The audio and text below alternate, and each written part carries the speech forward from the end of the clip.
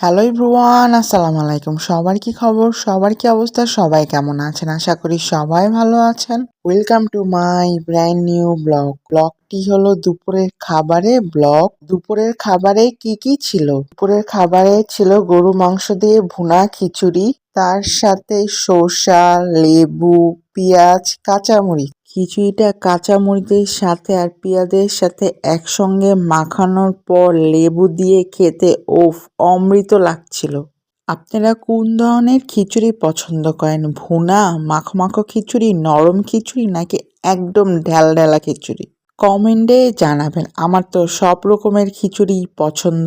খিচুড়ি আর গরু মাংস best combination আমি মনে করি। আমার কিন্তু ডিম ভাজা দিয়ে, ডিম ভুনা দিয়ে, বেগুন ভাজা দিয়ে, ভর্তা দিয়ে, মুরগির মাংস দিয়ে মাঝে মাঝে ভালো লাগে, তবে এসব দিয়ে বেশি ভালো লাগে। ভিডিওটি ভালো লাগলে